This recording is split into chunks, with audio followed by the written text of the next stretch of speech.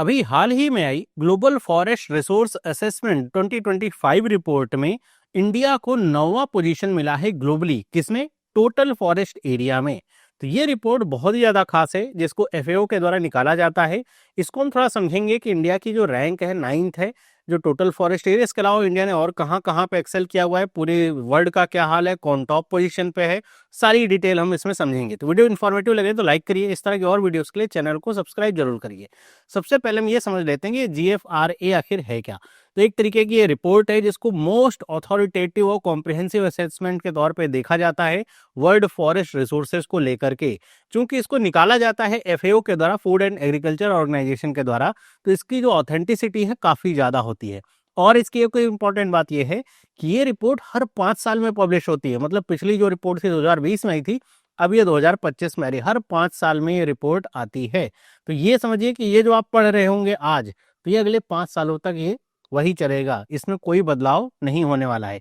Purpose इसका होता है कि ये बताता है कि जो ग्लोबल ओवरव्यू है, एक्सटेंट है, कंडीशन है, मैनेजमेंट है जो फॉरेस्ट को लेकर के, वो कैसा है, क्या बदलाव आ रहा है उसमें। यहीं से एक सवाल आता है कि ये फॉरेस्ट का मतलब आखिर क्या होता है, किसको आप फॉरेस्ट कहेंगे? क्या 4 पेड़ लगे हुए आप उसे फॉरेस्ट कहेंगे? कुछ संख्या है?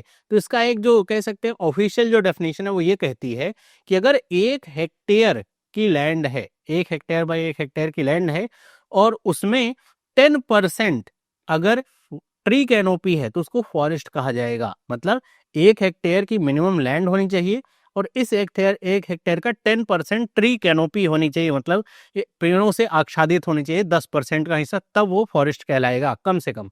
तो यहाँ पे ये ध्यान रखना है कि ऐसे किसी को भी आप फॉरेस्ट नहीं कह सकते, ये डेफिनेशन लागू होती है। और इसमें बहुत तरह के जो पेड़ होते हैं इंक्लूड, ऐसा नहीं कोई खास तरह के पेड़ होंगे तभी वो फॉरेस्ट कहलाएंगे। और ये जो जमीन है, ये इसका लीगल स्टेटस और ओनरशिप मैटर नहीं करती। मतलब ये नहीं है कि अगर ये ऐसा होगा फिर सरकार इसे कहेगी ये फॉरेस्ट लैंड है तब ये फॉरेस्ट में काउंट होगा, नहीं। चाहे प्राइवेट जमीन हो, सरकारी जमीन हो, कहीं पर भी ये अगर डेफिनेशन लागू होती है फॉरेस्ट एरिया या फॉरेस्ट कवर की तरह देखा जाता है। तो ये जो बताया गया मतलब ये जो फॉरेस्ट का यहाँ पे रिपोर्ट है, ये इसी के आधार पे आती है। इसमें जो मेथडोलॉजी यूज हुई, कैसे ये देखा है, सारी चीज नापी है। तो जो कंट्रीज के द्वारा जो सेल्फ रिपोर्टेड डेटा होता है उसको ध्यान में रखते हुए रिपोर्ट जो है तैयार की जाती है। जीएफआरए ने 2025 की रिपोर्ट के लिए 35 ईयर का डेटा एनालाइज किया है 236 कंट्रीज का। तो जो 1990 से लेकर के 2025 तक का पूरा जो ट्रेंड है इसमें निकल के आए। मतलब इस रिपोर्ट को आप पढ़ेंगे ना तो आपको एक लंबा ट्रेंड निकल के आएगा। 1990 से लेकर 2025 में क्या क्या बदलाव हुए आपको समझ में आएगा। अगर हम बात करें इंडिया के लिए, तो इंडिया के लिए इसमें सबसे बड़ी बात तो ये है कि इंडिया की जो पोजीशन है 9th जो है हो चुकी है टोटल फॉरेस्ट एरिया में। मतलब हमारी रैंक अप हुई है, तो ये अच्छी बात है। इंडिया का अगर देखा जाए तो यहाँ पे बताया गया है कि टोटल 72.7 मिलियन हेक्टेयर जो एरिया है, लैंड है, वो फॉरेस्ट एरिया है, जो कि पूरे वर्ल्ड टोटल फॉरेस्ट एरिया का 2% के आसपास आता है। और पिछले साल की अगर रैंकिंग की बात, पिछले साल का मतलब जो जीएफआरए 2020 था, तो उसमें भारत की 10वीं रैंक थी। और इसीलिए कह रहा हूँ कि अच्छी बात है, क्योंकि भारत की रैंक एक अंक ऊपर बढ़ गई। तो ऊपर बढ़ा है, चाहे एक पोजीशन बढ़ा है, वो अच्छी बात होती है। एक और यहाँ पे डेटा है कि एनुअल फॉरेस्ट गेन में, कि मतलब हर साल जो है कौन सा देश कितने ज्यादा फॉरेस्ट एरिया को ऐड कर रहा है, उसमें भारत को तीसरी रैंक मिली है। मतलब भारत से आगे केवल चाइना और रशिया है। इन दोनों को छोड़ करके भारत को तीसरी रैंक मिली कि हर साल हम जो फॉरेस्ट लैंड है उसको ऐड करते जा रहे हैं। और उसमें बताया भी गया है लगभग 1,91,000 हेक्टेयर जो फॉरेस्ट एरिया है वो हम हर साल बढ़ाते जा रहे हैं। 2015 से 2025 के बीच का डेटा ये बताता है। तो ये भी एक अच्छी बात है इंडिया के लिए कि हमारा जो फॉरेस्ट एरिया है वो बढ़ रहा है। अगर हम बात करें यहाँ पे टॉप 10 कंट्रीज की फॉरेस्ट एरिया 2025 के अनुसार ये जो रैंकिंग आई है, तो इसमें सबसे टॉप पे है रशियन फेडरेशन, मतलब रशिया। सबसे ज्यादा फॉरेस्ट रशिया में ही है। और आपको पता है रशिया का एक तो क्षेत्रफल बहुत बड़ा है, वहां पे जनसंख्या उतनी नहीं है, तो वहाँ फॉरेस्ट का एरिया काफी ज्यादा बड़ा है। इसको आप देख सकते हैं कितना यहाँ पे फॉरेस्ट एरिया आता है। वहीं पे सेकंड नंबर ब्राजील है, थर्ड नंबर पे आता है कनाडा। आपको टॉप 3 ही देखना रहता है, बाकी आप देखना चाहें तो और भी देख सकते हैं। जैसे इंडिया आता है 9वें नंबर पे, इंडिया से ऊपर इंडोनेशिया भी यहाँ पे आ रहा है। तो ये क्या बताता है कि भारत जो है फॉरेस्ट को लेकर के धीरे धीरे टॉप में आ रहा है। टॉप 10 में शामिल हो चुका था पिछले साल ही, मतलब पिछली बार की रिपोर्ट में, अब एक स्थान और ऊपर आ गया है। ये सब जरूरी क्यों है? ये सब इसलिए जरूरी है ना कि अब भारत का लक्ष्य है 2070 तक कार्बन न्यूट्रल होने का। तो उस लक्ष्य की प्राप्ति के लिए फॉरेस्ट कवर भी हमें बढ़ाना होगा ताकि कार्बन का जो उत्सर्जन हो रहा है उसमें भी कमी आ सके। अगर हम बात करें यहाँ पे मेजर जो ग्लोबल ट्रेंड्स हैं उनको लेकर के, तो जो ग्लोबल फॉरेस्ट कवर है वो 4.14 बिलियन हेक्टेयर है ग्लोबली, मतलब इतना पूरे दुनिया भर का जो लैंड है उस पर फॉरेस्ट आ रहा है। कितना? लगभग 32%। मतलब भारत पूरी दुनिया भर में जितना भी लैंड है उसका 32% हिस्से पे क्या है? फॉरेस्ट है।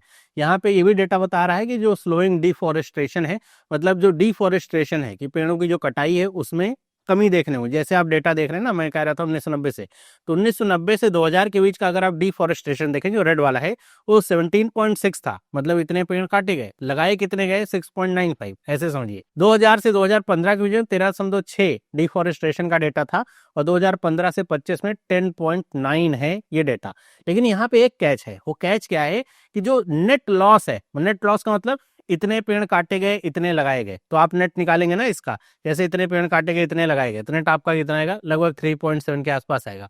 यहाँ पर जो नेट है 2015 से 2025 में, भले ही जो यहाँ पे डिफॉरेस्टेशन कम हुआ है लेकिन पेड़ भी उतने बढ़े नहीं हैं, तो ये आपको 4.12 के आसपास देखने को मिलेगा कि इतना यहाँ पे जो है नेट लॉस जो है वो बढ़ रहा है। मतलब अगर पिछले डेकेड से देखें 2000 से 2015 के बीच में 3.7 के आसपास था, इस बार ये क्या है? बढ़ चुका है। मतलब हम डिफॉरेस्टेशन तो कम कर रहे हैं, ये दिख रहा है, लेकिन उसकी तुलना में पेड़ भी कम लगाए जा रहे हैं या फिर फॉरेस्ट एरिया भी कम बढ़ रहा है। तो ये कह सकते हैं थोड़ा सा चिंताजनक बात है। यहाँ पे हम बात करें कि इंडिया का जो पॉजिटिव परफॉर्मेंस है, इसके पीछे के ड्राइवर्स क्या रहे, किस वजह से ऐसा हुआ। सबसे पहली बात तो है कि जो अगर आपके देश की जो पॉलिसी फ्रेमवर्क है वो अगर रोबस्ट नहीं होगा तो ये इस तरह की चीजें ना कभी सफल नहीं होती। तो इंडिया में कुछ पॉलिसीज बनाई, जैसे national mission for green India, ये आपका चल रहा है। कंपनसेटरी एफॉरेस्टेशन फंड एक्ट है 2016 का, लाया गया था कैंपा एक्ट, जिसकी वजह से जो कंपनसेटरी जो फॉर एफॉरेस्टेशन है उसके लिए अवार्ड वगैरह किया जाता है। फॉरेस्ट कंजर्वेशन एक्ट है 1980 का, वाइल्ड लाइफ प्रोटेक्शन एक्ट है 1972 का, नेशनल फॉरेस्ट पॉलिसी 1988 की है, जिसमें सुनिश्चित किया गया है कि भारत का 33% हिस्सा जो है फॉरेस्ट लैंड से आच्छादित रहे। फॉरेस्ट राइट एक्ट है 2006 का। तो इन सब जो एक्ट हैं और पॉलिसीज हैं, इनकी वजह से भारत में जो फॉरेस्ट्रेशन या फॉरेस्ट एरिया है वो इंक्रीज हो रहा है।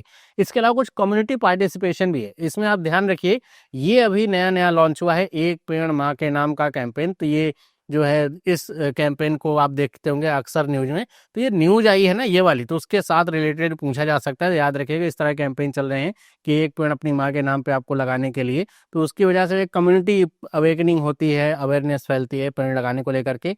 इसी तरह ज्वाइंट फॉरेस्ट मैनेजमेंट है, मतलब कि जो फॉरेस्ट डिपार्टमेंट होता है वो आसपास का या लोकल एरिया जो होता है उसके साथ मिल करके पेड़ों को बचाने और उन्हें बढ़ाने का काम करता है।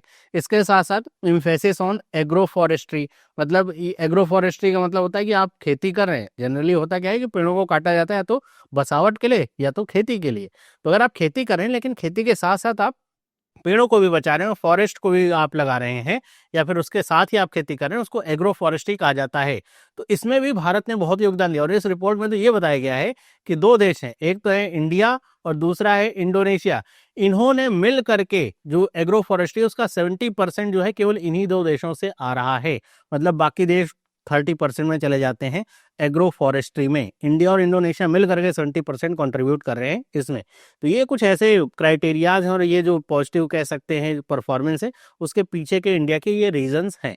अगर हम बात करें ग्लोबल पर्सपेक्टिव से कि ये जो रिपोर्ट आ रही है इसमें अभी क्या क्या चैलेंजेस अभी रहते हैं, तो सबसे पहली बात तो है क्वालिटी और क्वांटिटी। मतलब हम इस रिपोर्ट के माध्यम से ये तो समझ सकते हैं कि कितना फॉरेस्ट लगा, कितना कम, वो सारी चीज़ें हैं, लेकिन क्वालिटी जो फॉरेस्ट की है क्या वो उतनी ही है? मतलब अगर आप डिफॉरेस्टेशन आपने किया है, आपने बहुत बड़े और बहुत अच्छे पेड़ों को काट करके उनकी जगह पे छोटे पेड़ लगा दिया, फिर उतने इफेक्टिव पेड़ नहीं लगे हैं, लेकिन हाँ ट्री कैनोपी बन रही है तो उसको आप फॉरेस्ट की तरह कंक्लूड कर रहे हैं कि अच्छा ये ठीक बात है।